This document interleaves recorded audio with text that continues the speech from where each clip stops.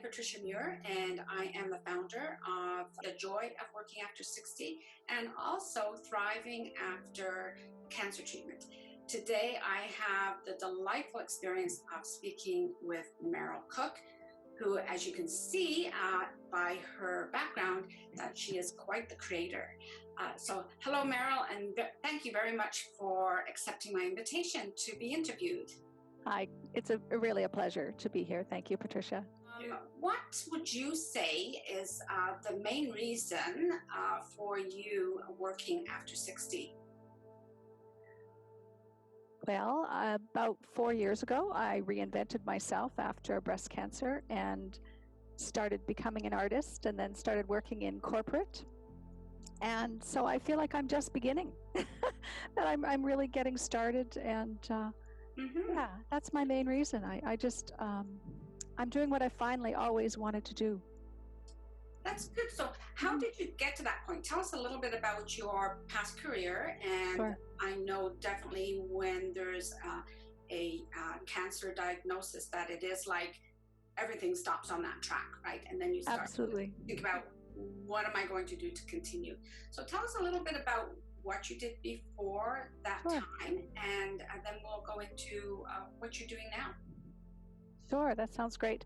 So after I had my kids, I was a management consultant for a short time, and then I found that really wasn't the career that I wanted. So I studied to become a homeopath, and then I was a homeopath and a Bowen therapist for about 20 years. And I had been searching for ways to bring more joy into my practice, and I had tried a few things, and I knew that I was getting a little bit burnt out. So when my cancer diagnosis came, so it's about 5 years ago this month, actually, and when my diagnosis came, I thought, wow, this is an opportunity to really take care of myself and think about what is it that I want. You know, what do I want to be when I grow up, and what do I want the next part of my life? Because I felt like if I get through this, and I was pretty sure I would, that I wanted to do something really meaningful with my life. Not that being a homeopath wasn't meaningful. I felt that I was helping people, but I was working very hard and felt sometimes like I was giving a Band-Aid solution for people who really weren't interested in changing their whole life. And I wanted to change my whole life. And the other thing is I made the decision to quit my practice at that time once I was diagnosed, because I felt that I didn't want to jump back into something after treatment. I wanted to really allow myself time and space to heal, because I knew that cancer was illness at a pretty deep level. You can't get much deeper than cancer, and that I needed to really make sure that I took the time to get well. Yeah. How much time did you take? Well, I had my treatment for about 6 months, and then I took myself just out of not working, and just said to my husband, I don't know what I'm going to do. I'm just going to do this. And I started journaling, and I started doing a new way of designing my rugs that was very different from me. It was based on what I was writing about, and it was abstract designs, and it was also chakra colors, which I had never used before in my rug hooking. And I hooked and I wrote, and I hooked and I wrote, and then people were reacting to my rugs as they had never done before. So that was about a 6-month period. And then I bumped into Ann Day again. We had been friends, and she's a breast cancer survivor as well. And we were having a little discussion about how was I doing. So this was about 6 months after my treatment had finished. And she had just started her publishing company. And she said, so what are you doing? And I said, well, I'm hooking some rugs, and I'm doing lots of writing. And, at some point I'd like to write a book. And so with my book came an invitation to teach at the Center for Craft. So I started teaching that fall. So it was about a year post-surgery when I started teaching, and had just slightly over that had published my first book. So I didn't take a long time, but I took the time that I needed to get started. So I started teaching, and I had published my book, and I organized my own speaking tour across Canada. And then I spoke about my books and started speaking, and um, found that it was really inspiring a lot of people. The idea of uh, reaching into your creativity and really becoming the person that you wanted to be.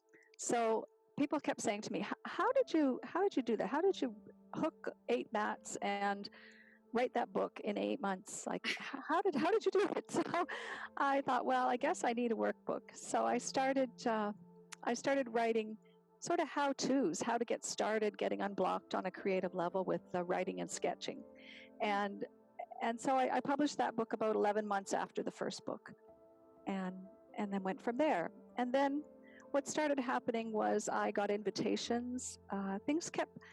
One of the things that I decided when I decided to change my career was I was going to be open to opportunity. And I wasn't just, I had a history of just pushing really hard, just working really hard, and just thought if I work harder, things will improve. And this time I thought, no, I'm not going to do that. I am going to work hard, but I'm going to go with what really feels good, what really excites me, what thrills me, what makes my heart sing, really. And I started publishing a newsletter called Heart Notes, which I send out every couple of weeks.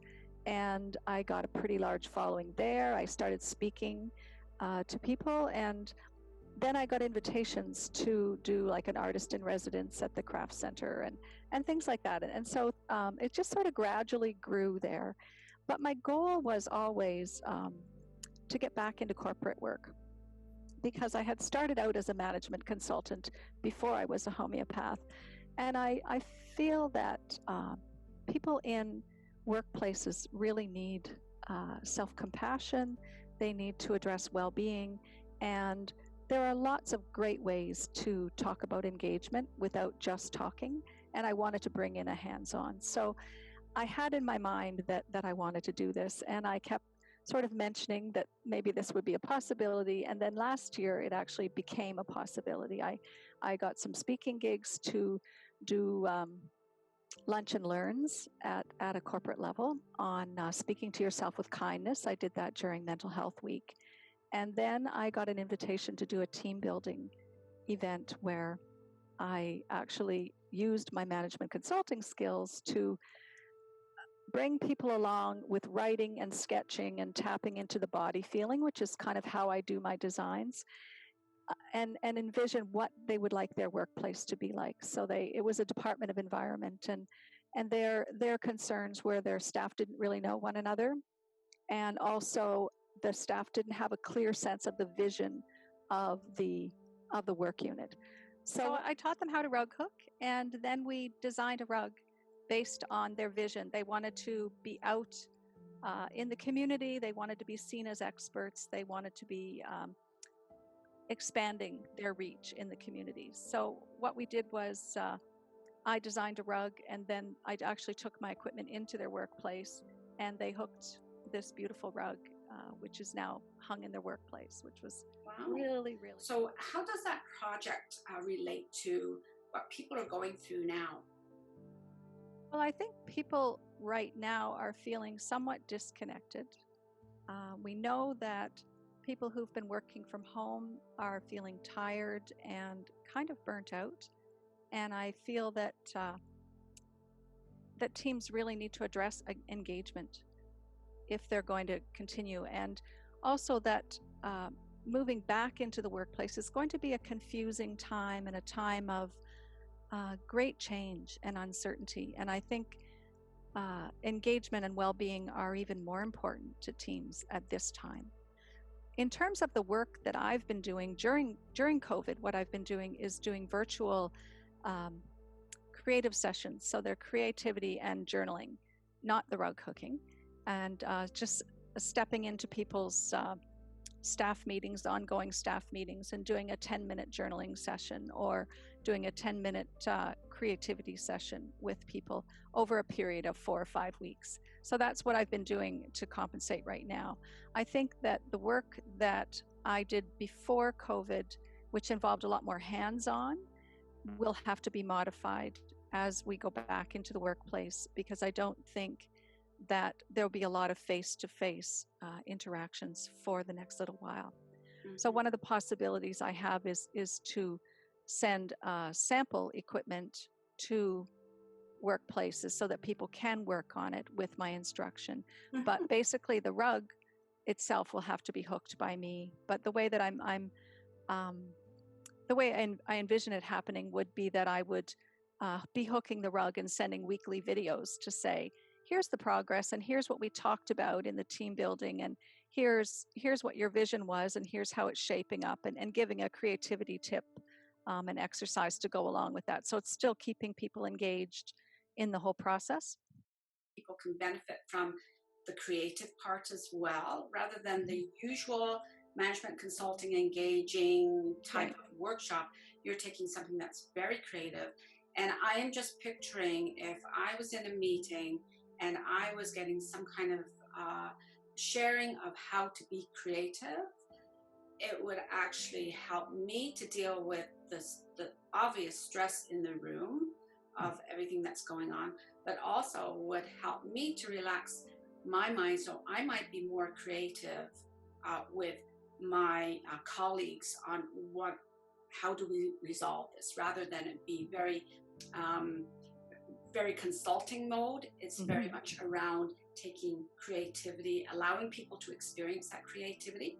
So I would imagine there's a lot of people who don't realize that they've got that creativity in them, and now is an opportunity to do that. So that absolutely wonderful. and I find that when you're creative in one part of your life, and creativity is really, it's not just hands-on, it's about thinking outside the box and then taking action. So it translates into business decisions. It translates into how do we get along, how do we restructure our workplace now that maybe people are coming in alternate days, or we only have half of our staff in at a time, that kind of thing. So it has huge spillover effects in terms of productivity and innovation, but also in terms of well-being.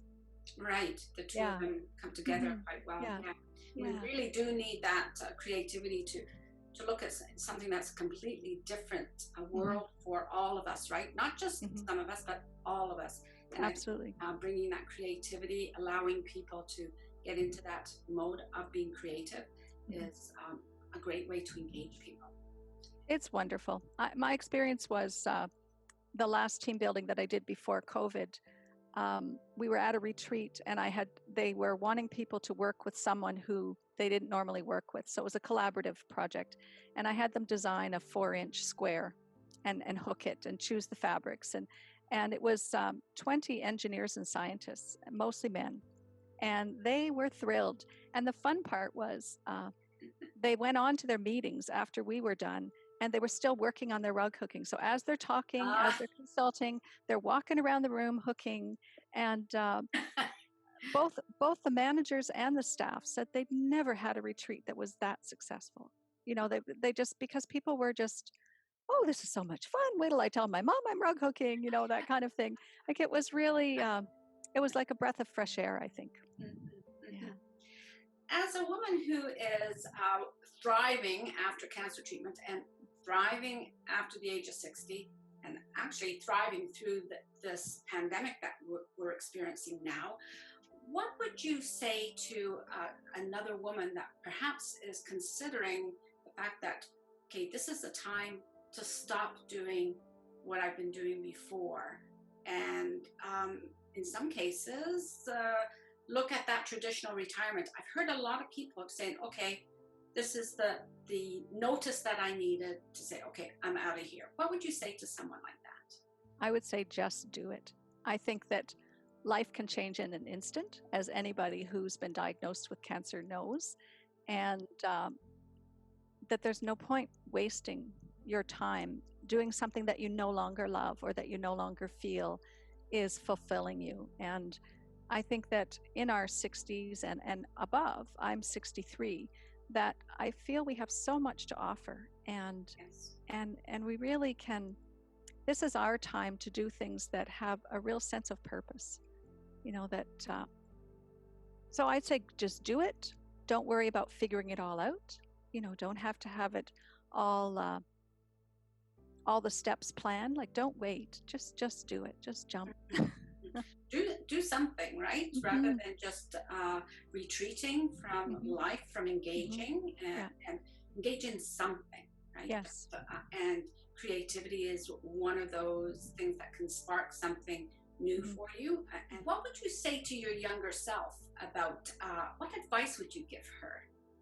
Oh, I was thinking about this question. I think I would tell her to trust herself, trust her gut.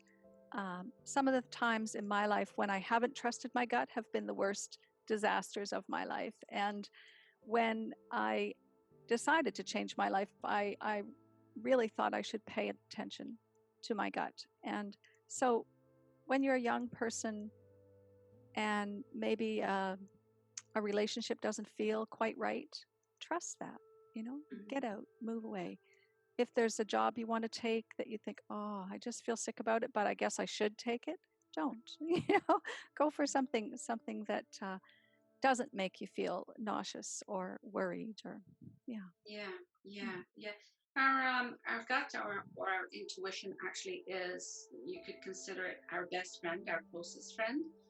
Quite often we do tend, because of the hustle and bustle of our lives, to just sort of ignore that in many situations, that from benign to the very dangerous, right? We will ignore that. So what's next for you, Meryl? Well, I'm preparing a TED Talk that I've been practicing, and I'm just waiting for TED Talks to get back up and running. And I'm writing another book that we'll see about. I've entered a story in the CBC Creative Nonfiction, so my goal is to make the long list. We'll see if that happens. But Good. And next summer, I was supposed to this summer teach wild women at sea on a sailing boat off of the coast of Maine. So that's going to happen next summer after we're through with all this COVID. Okay. And I'm looking forward to a very busy August of corporate work, getting people organized and transitioned back into the workplace. What will that look like with your corporate clients, helping them to get back into the workplace? Well, I think that I'll be mainly working still through video this summer, and probably working with groups of managers to talk about engagement and well-being and how they could bring some creative practices into their workplace. Hopefully some new rug projects, but I think people are too much in flux at the moment to think of that. So I think that's going to be coming the final quarter of this year. I think that the other advice that I would give that's really helped me is to, if you're thinking of making a change, to surround yourself with other women who are also thriving. I think that's so important. I have a really great support network of other women in their 50s, 60s, and 70s who are thriving. And I think it's critical that you hang around with people that you want to be like